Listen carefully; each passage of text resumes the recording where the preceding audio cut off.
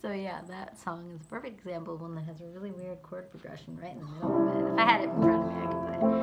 Turkey and some mistletoe help to make the season bright.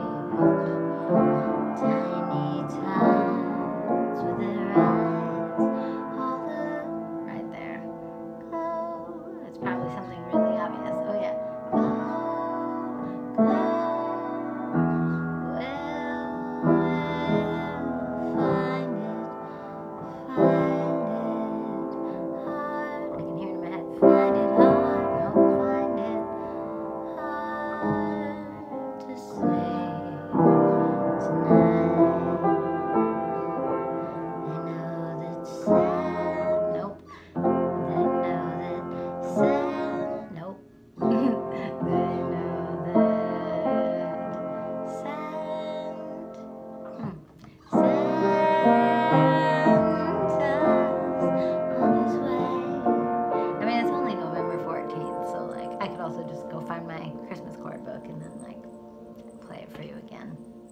Anytime in the next like 35 days.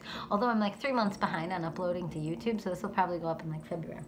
He's loaded, which is fine because this is garbage. Like I just turned it on, and I was gonna write a song, but then I realized I had these on my head, and we just put ornaments on the tree, so I felt like I should probably do something Christmassy, and I was already playing. Oh, that's actually Oh Christmas Tree.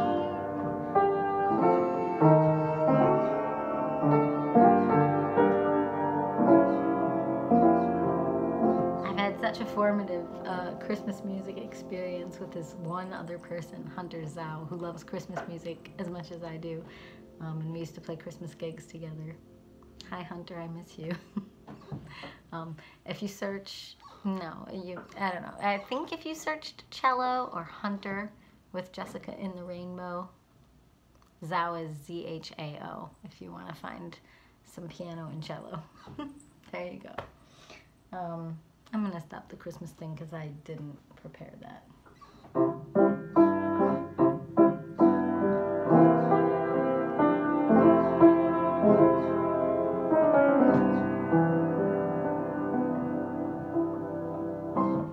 Okay, let's see. What can I play you? Let's play a really sad one with these ears on my head. So there's this album series that I worked on backwards called Tiny Traumas Adding Up, and the subtitle is Out of Body in Your Skin, and it's all about living a life where you feel the weight of so much trauma that you almost don't feel connection with your own body.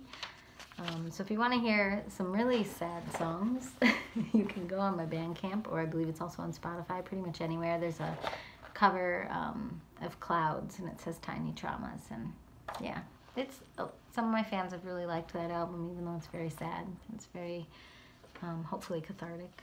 But then there's a Tiny Traumas 2, which isn't released yet, but it's close to done. It's shelved. It's shelved. If you heard another video recently, like I have to shelve these because I need to keep moving forward and catch up with the ones from 2014. Tiny Traumas 2 would have been written, it was songs from the 365, so it would have been written in like 2017 maybe. Yeah. Anyway, this one, Tiny Traumas 1, it says 2 on here, but ignore that.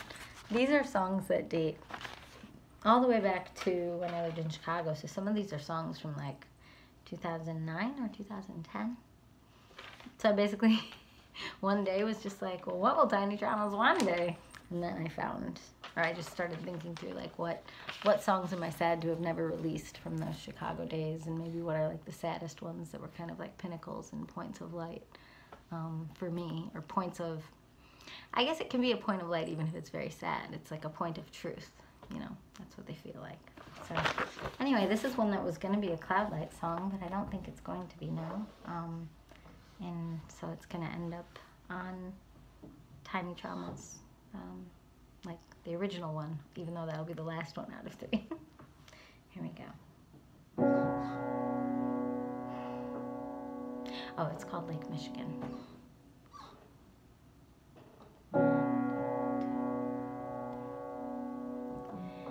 In the window, I met you so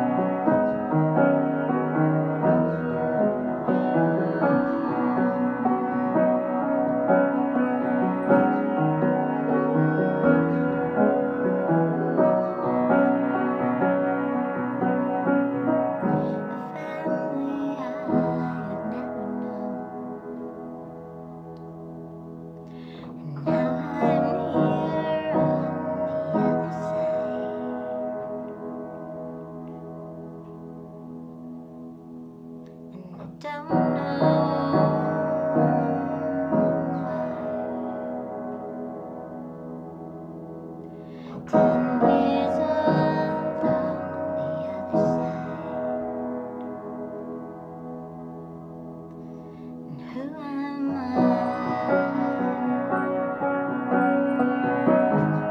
All those dreams I couldn't fill,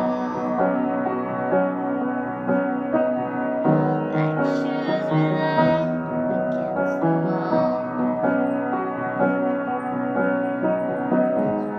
All those dreams I could never fill, like shoes relied against the wall. Like shoes relied against the wall. All those things I thought I'd be by now, never knew just what I would become. But I thought I'd be someone.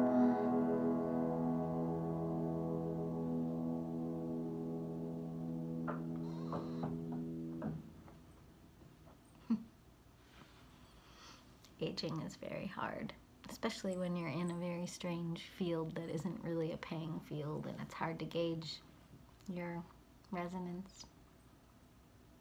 I guess I could gauge my resonance by my lack of YouTube like views on a regular basis, but I guess based on that, I guess I could call myself a failure. But I try not to use language like that because there's a lot of different ways to feel successful in the world. And I wrote that song in 2016 when I was pretty hung up on material success and commercial success and wondering when we'd be on a label or touring the world or something. And I had barely done anything that would even merit that. But it was still something I thought was just around the corner, almost naively. And now I've put in a lot more work, but I still see how much more work there would be to put in to live a life more like that. And, you know, and then simultaneously you're getting older and you spend a lot of time confused or traumatized or in abusive marriages or just not figuring stuff out, and you just kind of, you know, time goes by. And maybe it wasn't a good goal or a good dream to begin with, to be fair. So I feel very protected by a loving creator and the universe and friends, family who care about me. I feel very like protected and cared for as someone who has lived through a lot of stuff to be doing as well as I am, considering all of that. So, well, there's a song for you. Or a couple if you count them.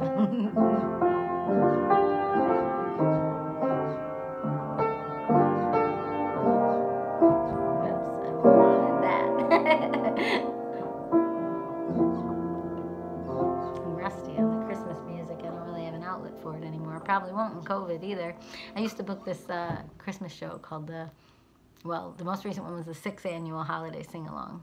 But I morphed that one into another show. It was actually the only show that I've ever played this song at, this Lake Michigan song. And I sort of mixed in my 6th annual holiday sing-along show and made up a goofy medley. And we like sang Christmas songs, but also I sang my really heavy stuff and some cute little ukulele things. It was at a random, I think it was at a cider place in Grand Rapids, yeah. Well, I had lit some incense and I'm like making sure I'm not burning it. Yeah, so, so I used to do a Christmas show. But sometimes it was epic. It was like 2 hours, and sometimes it had like 10 guest artists, and it was like, I have an over-the-top quality, you know. That was around the same time I was like making humongous festivals that rotated in 3 venues, and it was like, I don't know. I feel like I should wear these all the time. They're very joyful and joy-inducing. All right. Have a good night. Bye.